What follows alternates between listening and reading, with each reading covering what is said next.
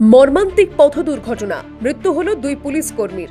মঙ্গলবার গভীর রাতে দুর্ঘটনাটি ঘটেছে পূর্ব মেদিনীপুরের মহিষাদল থানার অন্তর্গত গাড়ুঘাটাতে। দুর্ঘটনায় মৃত্যু হয়েছে জয়ন্ত ঘোষাল নামের এক আধিকারিকেরও।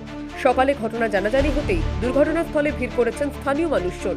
পুলিশ সূত্রে খবর, মঙ্গলবার রাতে হলদিয়া মেচেদা 116 নম্বর জাতীয় সড়কে টহল দিচ্ছিল একটি পুলিশের গাড়ি।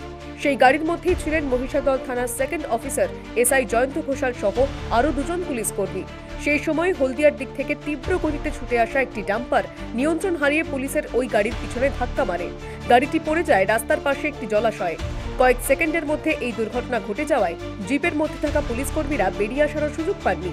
এই ঘটনায় জয়ন্ত ঘোষাল নামের ওই আধিকারিক ছাড়াও শেখ শাহানার নামে এক পুলিশ কর্মীর মৃত্যু হয়েছে বলে জানা গিয়েছে। ঘটনা প্রসঙ্গে মহিষাদলের বিধায়ক তিলক কুমার চক্রবর্তী রাস্তায় গাড়ি চালানোর ক্ষেত্রে আরও বেশি সচেতন হওয়ার বার্তা দেওয়ার পাশাপাশি ঘটনার তদন্তের আশ্বাস দিয়েছেন।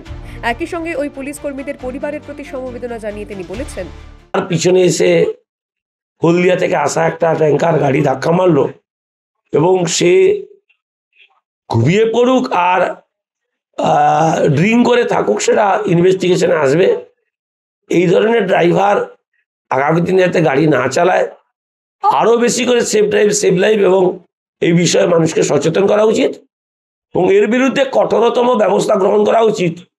যে পরিবারগুলো আজকে অনাথ হয়ে পড়লো তাদেরকে সমবেদনা জানানোর ভাষা নেই।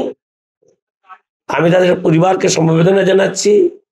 যারা চলে গেলেন তাদের চির শান্তি কামনা করছি এবং তারা সমাজের জন্য দেশের জন্য ডিউটি করতে করতে তারা যে চলে গেল তারা নিশ্চিত আমাদের কাছে অমর হয়ে থাকবে।